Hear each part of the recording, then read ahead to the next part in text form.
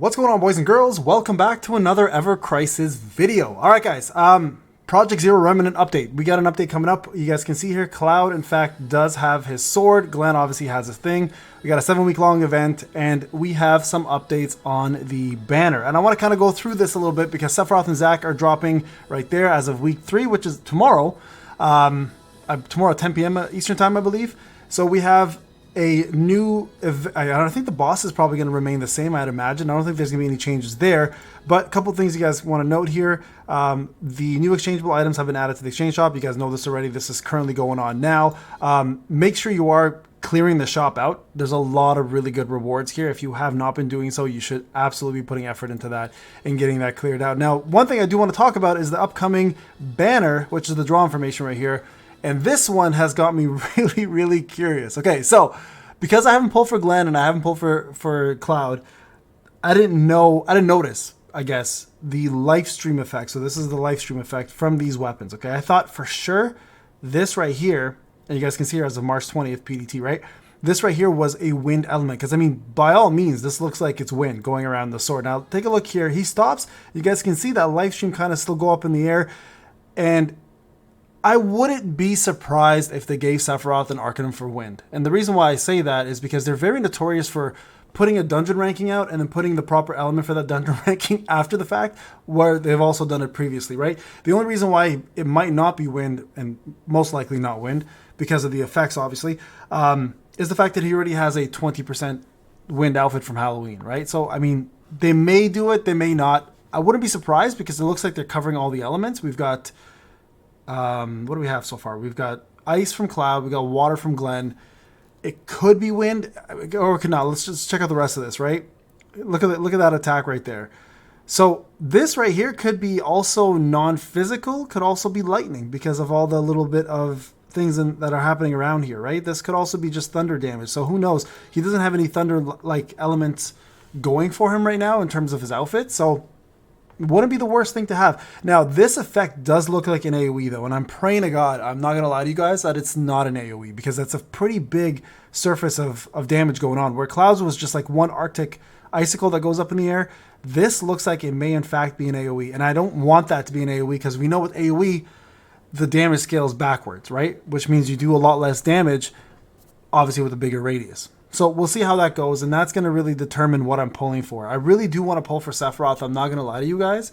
He was my first choice because I'm a huge Sephiroth fan, but I'm also not going to disregard Cloud because obviously Cloud is my main DPS still with Tifa. So it's either going to be pulling on the Zack and Sephiroth banner, or it's going to be pulling on the Cloud and Glenn banner. Right now, if it's an AoE for Sephiroth, Cloud is going to get that advantage over them. Okay, but here we can clearly see there's the live stream I was referring to, right? And shout out to Seven, who was on my Discord mentioning that everybody has that effect. Again, I didn't notice it, but you guys can see this is clearly fire, like obviously, right? Now with Zack, he doesn't have any Arcanums that I'm aware of. I'm trying to remember if he has anything. He doesn't, I don't believe. So this is his first Arcanum. So fire is not a bad choice, but the problem with fire is, of course, we already have Cloud, we already have Sephiroth with their fire. If they give Zack another Arcanum, that does complete the fire team, giving you a lot of fire damage. And not to mention, he already has a fire weapon with Ifrit, which is a magic one. So this is most likely going to be physical. So take a look here. Look, that looks like a single target move right there, right? Look at the radius here. It's just straight. There's a straight line right to an enemy. What worries me again about Sephiroth is in fact that radius that he does right here. Look at that. Like that for sure looks like AoE, and that's going to be a problem for me personally. So we're going to see what happens. Now, I don't know about you guys. I've personally got myself, so there's training volume. Let's just finish this up here. So during the periods, Sephiroth and Zack's EXP gained by 200%. This is obviously for C players, right? And for Steam players. I don't even think Steam players, actually. Steam players, I think, are past this point. This is most likely for C players who have just joined. You guys missed the bomb event, which helped every single unit get to level 70, right? We're at 70 right now? 75? I can't even remember. 75 maybe? And I know they haven't returned that event, and hopefully one day they will, so you guys can all catch up. But this is their way of giving you that opportunity, right? So you guys can see here during this period, 200% more EXP for Sephiroth and Zack, which is good, obviously, because if you plan to pull for them, you want to be able to use them. It's going to matter. Plus, we get the wallpaper here, which is pretty damn impressive. I love this. Now, here's another thing. This sword is pretty green. Again, I know like a lot of them are green, have green tints to it, but this is all green. So this is again why I'm kind of leaning towards still maybe wind or thunder or maybe non-physical. We'll see what happens. But this is the wallpaper for him. And then also luxurious campaign items on the way.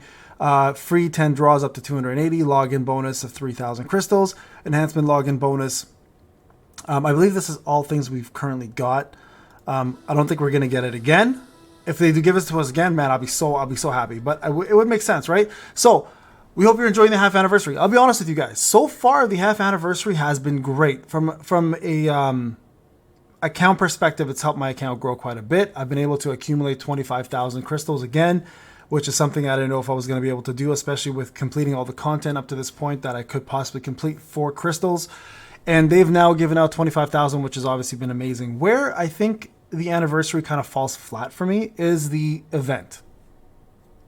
I'm a little bit disappointed in the event. I was hoping to see a lot more challenge, a lot more difficulty, and at the same time, some unique enemies. Like having the Knight of Judgment or whatever, it's kind of cool to have. Obviously, it is a new enemy for us, but to have it every week and to be the same enemy every single time, I would have loved to see different enemies for different weeks.